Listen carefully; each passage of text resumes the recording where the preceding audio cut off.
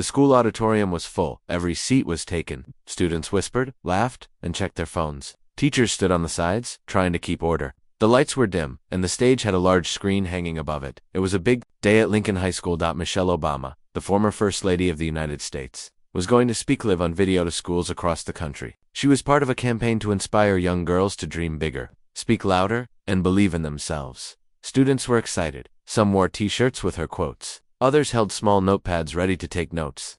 Teachers hoped it would be a day their students would never forget. But in the middle row sat a girl who wasn't excited at all. Her name was Amanda Carter, 17, blonde, popular, loud, known for always being the center of attention. Amanda leaned back in her seat and rolled her eyes. Ugh, this is so boring already, she whispered to her friend, Lily. Lily giggled. Be nice. Amanda smirked. It's just Michelle Obama. What's the big deal? She just says the same stuff over and over again. Be better. Be kind. Blah blah blah. On the other side of the room, a girl named Tasha sat quietly in the back row. She wore a plain pink hoodie and held her hands tightly in her lap. Tasha didn't talk much at school. But today meant everything to her. She had grown up watching Michelle Obama on TV. She read her book. She had a poster of her in her room. Tasha Michelle was more than a leader, she was hope. Tasha's mother always said, baby, when you feel small in this world, just remember women like her. She made space for girls like you. The lights dimmed more. A voice came through the speakers. Please welcome the former First Lady of the United States, Mrs. Michelle Obama. The crowd clapped loudly. Even the teacher smiled. Michelle appeared on the large screen. She looked calm, strong, and graceful. She spoke about courage, about standing up for others, about not letting your background, your skin, or your fear stop you from chasing big dreams. Tasha leaned forward, hanging on every word, but Amanda didn't care. She leaned toward her phone camera and whispered to Lily, watch this. Amanda pressed record. She opened her mouth wide and mocked Michelle's voice in a loud, deep tone. I'm Michelle Obama, and I'm gonna teach you how to be perfect like me. She made silly faces, waving her arms like a cartoon. Some students nearby laughed. Others looked shocked. A few whispered, stop, what are you doing? But Amanda kept going. Dream big, be kind, eat salad. She burst into loud laughter, and someone behind her hit record too, not on Snapchat, on TikTok. In 15 seconds, Amanda's mocking voice and actions were captured from a second angle. She had no idea. The assembly ended. Students clapped. Teachers thanked the audience and asked everyone to return to class. Amanda left with a big grin. That was fun, she said. Can't wait to see how many likes I get. But by lunchtime, something had changed. Whispers started in the hallway. Eyes followed Amanda as she walked past. Phones lit up with one video. Girl mocks Michelle Obama during live speech. Amanda clicked it. Her face, her voice, her silly movements, all over the internet. The comments came fast. This is disgusting. So disrespectful. Racist much? Who raised her? Amanda's smile faded. She tried to laugh. People are so sensitive, but deep down, something twisted in her stomach. Tasha saw the video too. She was in the school library. Sitting alone, she watched Amanda's face on screen, laughing, mocking, making fun of a woman who inspired her to believe in herself. Her heart hurt. Tasha didn't cry. She just closed the video, took a deep breath, and looked out the window. Some people will never understand what she means to us, she thought. But Tasha wasn't angry. She was just sad. Sad that someone could make so much noise and never hear the weight of their own words. The next morning, Amanda walked into school trying to act normal, but things were different. Her friends weren't laughing anymore. One girl whispered, I can't believe you did that. A boy from the football team said, that wasn't cool. Even Lily kept her distance. By third period, Amanda was called to the principal's office. She walked in slowly. Her parents were already sitting inside. Mr. Reynolds, the principal, sat behind his desk. His face was serious. Amanda, he said, calmly, do you know why you're here? She nodded. The video, nodded. It's everywhere. News stations are calling. The school board is concerned. You mocked a national leader, and many believe your behavior was racist. Amanda's face turned red. I didn't mean it like that. It was just a joke. Mr. Reynolds looked her in the eye. Intent doesn't erase impact. Then he dropped another surprise. Someone from Michelle Obama's foundation saw the video. They're coming to speak at our school. You will attend. You will listen. Amanda felt cold all over. She looked at her mom. Her mom didn't speak. She just sighed and shook her head. Back in class, Tasha got a note from her teacher. Special guest coming tomorrow. Please attend. You're being invited personally. Tasha stared at the note, unsure what it meant, but something inside her said, this story wasn't over. In fact, it was just beginning. The morning after the video went viral, Amanda Carter walked into Lincoln High School, hoping everything would go back to normal. But it didn't. Her classmates didn't smile at her like they used to. Some looked away. Others stared. A few whispered as she passed by. Even her closest friends were acting different. Hey, Lily, Amanda said quietly as she reached her locker. Lily didn't smile. She just said, "You okay?" and walked away. Amanda felt her heart beat faster. "Why is everyone acting like this?" she muttered. She pulled out her phone and checked the video again. Over 900,000 views now, more than 3,000 comments, and most of them were angry, rude, and racist. Mocking a black woman who's done more for the world than you ever will. You embarrassed your school, your family, and yourself. Amanda swallowed hard. She didn't think it would go this far. She just thought it was a joke. A quick laugh. Something harmless. Now it was everywhere. Even news websites had started covering it. High school student mocks Michelle Obama during school event. Her name wasn't mentioned yet, but people in school knew, and they weren't laughing at lunch. Amanda sat alone for the first time in 2 years. Her usual table-empty. No one invited her to sit with them. She scrolled through her messages. One from her cousin said, "Take the video down. You're going to regret this." And one from her mom, "We need to talk." The principal called. Amanda's hands shook as she texted back. It was just a joke. Her mom replied instantly, "That's not good enough." At the other side of the cafeteria, Tasha sat quietly with her tray. She didn't say much, but inside her, so many thoughts were spinning. She had watched the video 3 times. Each time it hurt more, she remembered. How excited she was for Michelle's speech. How proud she felt seeing someone who looked like her, who spoke with strength and care. And then Amanda turned it into a joke. Tasha didn't want revenge. She just wanted someone to understand. How much that moment meant to her hand, how painful. It was to see it mocked. By the end of the day, Amanda was called into the principal's office again. This time her parents were waiting. Her dad looked angry. Her mom looked sad. Mr. Reynolds, the principal, didn't waste time. "Amanda, we've received complaints from parents, teachers, and community leaders. Your video has hurt many people." Amanda tried to speak. "I didn't mean to hurt anyone. I was just messing around." Her father interrupted sharply. "You embarrassed this family, Amanda. You made a fool of yourself in front of the whole world." Amanda looked down. Mr. Reynolds continued, "Because of this, you'll face disciplinary action, but that's not all." He slid a paper across the desk. "Next week, our school will host a special event. Someone from Michelle Obama's foundation is coming to speak, and you will be sitting front and center." Amanda looked shocked. "Why?" "Because you need to listen," her father added, "and you will sit quietly. You will show respect, and you will learn." Amanda had nothing to say.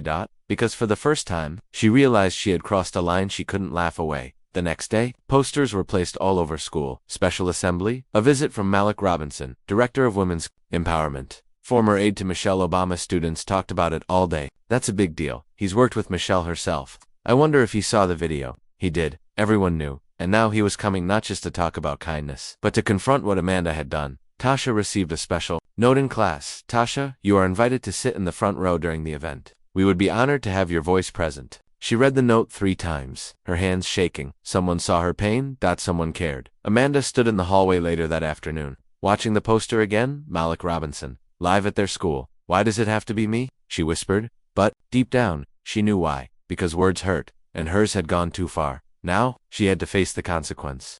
The day of the special assembly had arrived. Lincoln High's auditorium was packed again, just like the day Michelle Obama's video played. But this time, there was no celebration in the air. There was tension. Students whispered in low voices. Teachers looked serious. A few reporters stood in the back with cameras and microphones. Everyone knew why they were here, not just to hear a guest speaker, but to witness a moment of truth. Amanda Carter sat in the front row. Just like the principal had told her, she kept her head down. Her hands were tight in her lap. She could feel everyone's eyes. Some students were already recording with their phones. Behind her, someone whispered, "There's the girl who mocked Michelle Obama." She shut her eyes for a moment and wished she could disappear. Her parents sat behind her in the second row. Even they looked nervous. On the other side of the room, Tasha walked in slowly. She had never sat in the front row before. Usually she chose the back, quiet, safe, unnoticed. But today was different. Today, someone powerful had invited her forward. A teacher guided her to a reserved seat just one chair away from Amanda. Tasha sat silently. Amanda didn't look at her, but she could feel her presence, strong, calm, and unafraid. The lights dimmed. The principal stepped onto the stage. "Good morning, students and staff.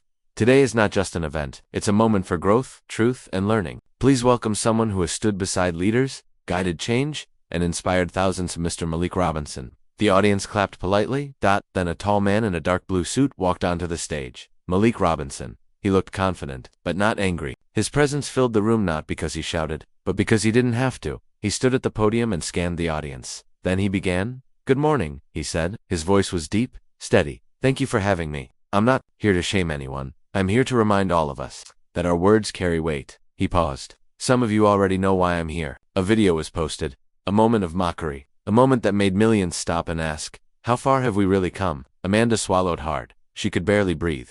Now, Malik continued, when someone mocks a powerful black woman like Michelle Obama, it's not just a joke. It's a message, whether they know it or not. And the message is, you don't belong. He looked toward Amanda, but not with anger. We can't let that message win.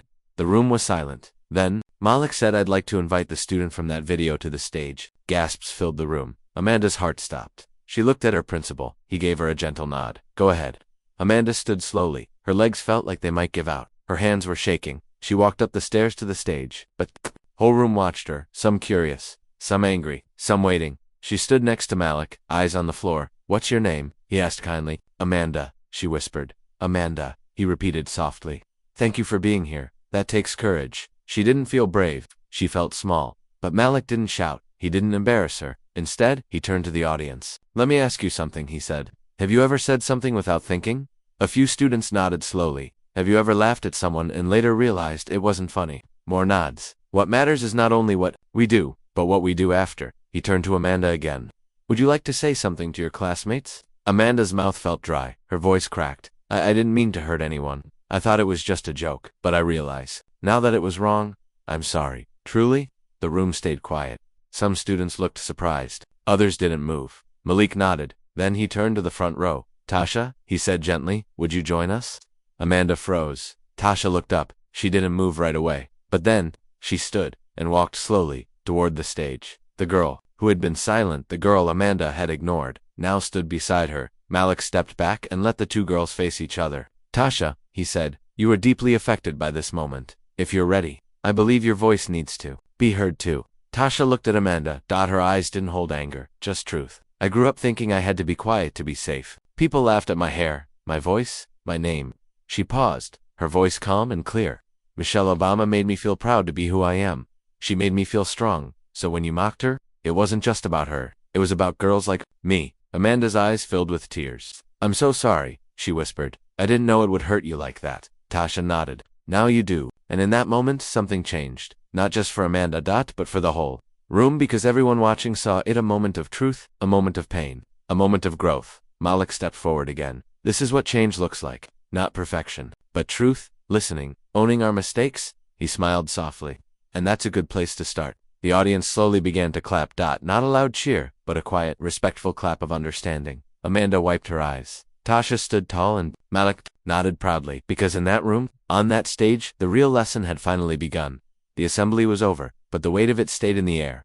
Students slowly left the auditorium, whispering as they walked past Amanda and Tasha. Some looked at Amanda with cold eyes. Others nodded quietly at Tasha, as if to say, thank you. Amanda didn't speak. She just sat on the edge of the stage, staring at the floor. Tasha had already left. Not because she was angry, but because she had said what needed to be said. Now, Amanda was alone, in front of the whole world. And for the first time in a long time, she had nothing clever to say. Later that day, Amanda sat in the principal's office again. This time, there were no cameras, no audience, no microphone. Just silence. Mr. Reynolds looked at her with calm but firm eyes. Amanda, we've made a decision. She sat up straight, nervous. You will be suspended from school for 3 days. During that time, you will not post on social media. You will not give interviews, and you will write a public letter of apology, not for punishment, but for reflection. Amanda nodded slowly. Okay, Mr. Reynolds continued. Also, starting next week, you will join a volunteer program. You'll be helping at a community center in the east part of the city, the same place where many young girls gather after school. Some of them look up to Michelle Obama. Amanda blinked. You want me to go there, after this? Yes, he said softly. Because if you truly want to learn, you must step outside your comfort. This won't be easy, but it might just be the most important thing you've ever done. At home, Amanda's parents didn't raise their voices. Her father simply said, we're disappointed, Amanda, but we're also watching to see how you grow. Her mother sat beside her, holding Amanda's phone. I've disabled your accounts for now. It's time to log out and look in. Amanda nodded. She felt the pressure of everything she had done like a heavy backpack she now had to carry. The next day, Amanda walked into school quietly. No makeup, no loud jokes, no phone in hand. She sat at a table in the corner of the cafeteria, alone. But she didn't feel angry this time. She felt tired and changed. Some students still gave her strange looks, but a few simply passed by without a word. One girl left a folded piece of paper on Amanda's tray. Amanda opened it. It said, that took guts. We're watching what you do next. A classmate, she folded the paper and placed it gently in her bag. It wasn't forgiveness, but it was a beginning. Meanwhile, Tasha walked through the halls as quietly as always. But now, people noticed. Her teacher smiled at her. Girls whispered thank you when she passed. One teacher stopped her and said, "You spoke with such strength. We're proud of you." Tasha didn't brag. She didn't post about it. She simply smiled and kept walking. Because she hadn't done it for attention. She had done it because her voice finally had been heard. A few days later, Amanda stood in front of her laptop at home, writing her letter of apology. She stared at the blank screen for a long time. Then, slowly, she began typing. To the students and staff of Lincoln High. And to anyone who saw my video, I'm sorry. Truly, what I did was wrong. It was disrespectful not just to Michelle Obama, but to everyone who believed in what she stands for. She paused and then typed more. I've learned that a joke that makes others feel small isn't funny, it's hurtful. I can't take back what I said, but I can listen, grow, and be better. This is not the end of my story, this is the beginning of change. Amanda hit save and leaned back. She wasn't proud of what she had done, but maybe, just maybe, she could be proud of what she was becoming. The next morning she handed the letter to the principal. Mr. Reynolds read it silently, then he nodded. This is a good start. Amanda waited. And remember, he said, people will forgive you only if your actions match your words. She nodded. I understand. Outside, it was raining. Amanda walked across the parking lot with her hoodie pulled over her head. Then she heard a quiet voice behind her. Hey, Amanda. She turned. It was Tasha. Amanda felt her throat tighten. Hi, she said softly. Tasha walked up, holding her umbrella over both of them. I read your letter.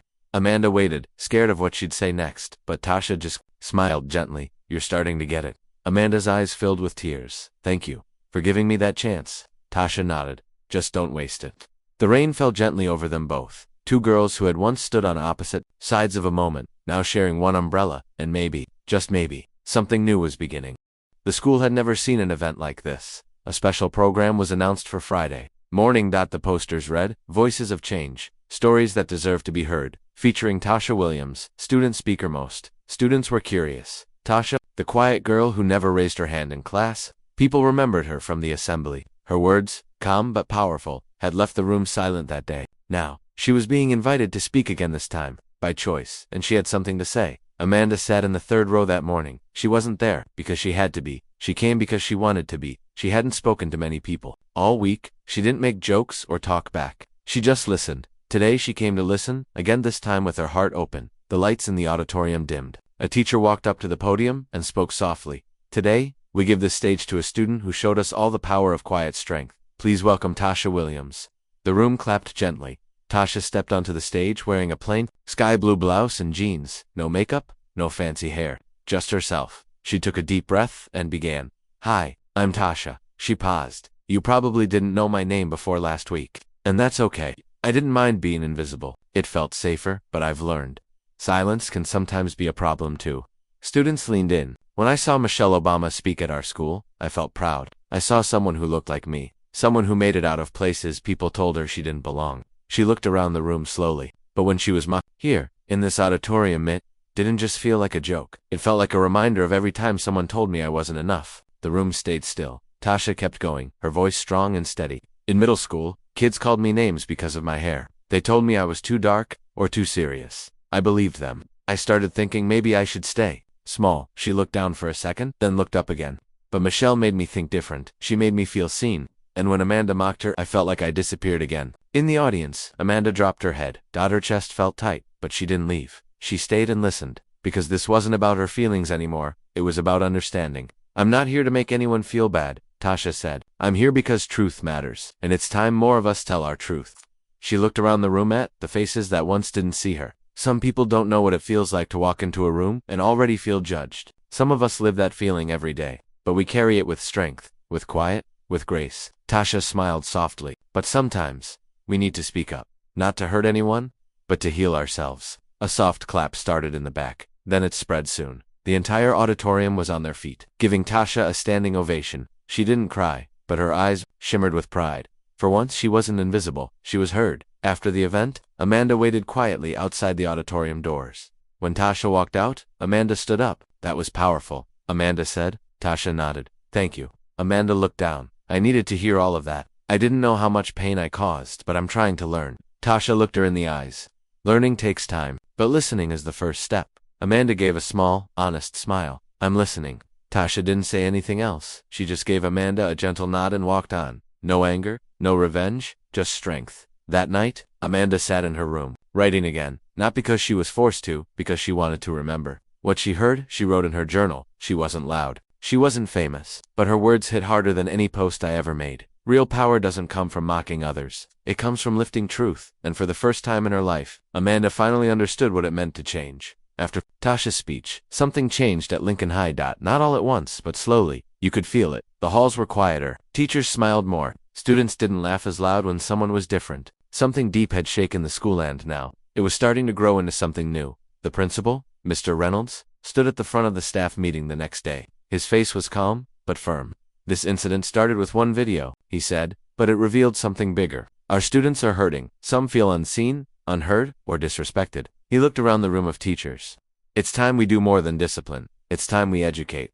That day, the school launched a new program called the Respect Project, a series of workshops, student panels, and group discussions about empathy, diversity, and listening. Not just lectures, real conversations. And to everyone's surprise, Amanda Carter asked to join the first session. On Monday, Amanda walked into room 204, the first Respect Project circle. There were 10 chairs in a circle. Tasha was already there. She didn't look surprised to see Amanda. She just gave her a small nod. Amanda took a seat. The teacher began.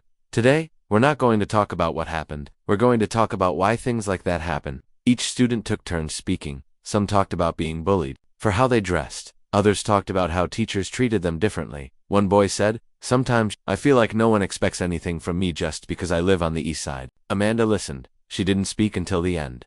When it was her turn, she stood up.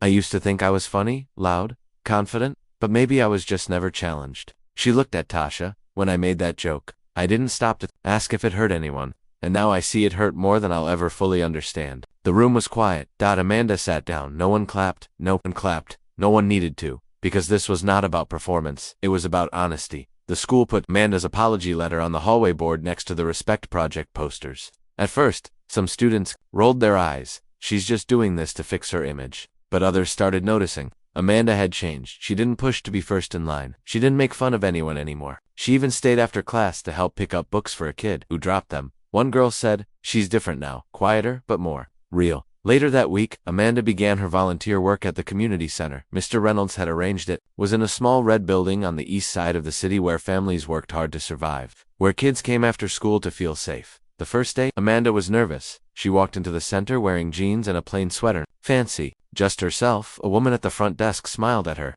"You, the new volunteer?" Amanda nodded. "Yes, I'm Amanda." The woman looked at her with a mix of curiosity and kindness. "Well, let's see what your heart can do." Amanda spent the day helping little girls draw pictures of who they wanted to be. One girl, maybe 7 years old, drew a woman with curly hair and a purple dress. "Who's that?" Amanda asked gently. The little girl grinned. "Michelle Obama, a queen." Amanda smiled. "Yeah, she really is." And in that moment, she realized something. She wasn't there to fix the past. She was there to build a better future. Meanwhile, Tasha was also changing. She was invited to speak on the local radio station about her speech. She almost said no, but her mom smiled and said, "Baby, your voice helped one girl change. Maybe it can help more." So she said yes. And when she spoke into the microphone, she said the same thing she told Amanda. Speaking up isn't about being loud, it's about being true. At school, something small but powerful started to happen. A boy apologized to a girl he'd teased last month. A teacher added Black women leaders to their lesson plan. Students created a mural in the hallway with the words, "Respect means seeing everyone." And at the bottom of the wall, in small blue letters, someone had painted, "Inspired by Tasha." Saw it one morning and smiled. Not for attention, but because for the first time, she belonged in Amanda. She kept showing up to volunteer, to listen, to grow. She no longer cared about likes or followers. She cared about doing better, because she had hurt someone. But now, she was learning to heal through action, one step at a time. 2 weeks had passed since Amanda started volunteering and attending the Respect Project meetings. She was no longer the loudest voice in the room, but people were beginning to notice her for a different reason now. Not for jokes, not for drama, but for effort. For once, Amanda felt like she was becoming someone better. But then a new student arrived, and everything she had learned would be put to the test.